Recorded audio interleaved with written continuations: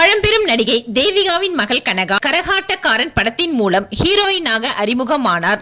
தமிழில் முதல் படம் ஹிட்டான பிறகு ரஜினி உள்ளிட்ட முன்னணி நடிகர்களுடன் நடித்தார். அதேபோல் தெலுங்கிலும் பல படங்கள் புக்கானார். நிற்க நேரம் இல்லாமல் ஓடிக்கொண்டிருந்தார். திடீரென்று அவர் காணாமல் போனார். ஒரு கட்டத்தில் கனகா உயிரோடு இருக்கிறாரா இல்லையா என்பது கூட ரசிகர்களுக்கு தெரியாமல் இருந்தது.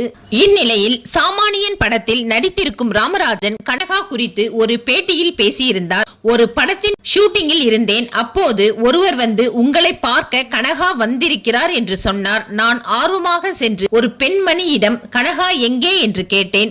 அதற்கு அவர் நான் தான் கனகா என்று சொல்லி சிரித்தார். வெயிட் போட்டு தலையில் சிகப்பு நிற டை அடித்து ஆளே மாறி இருந்தார்.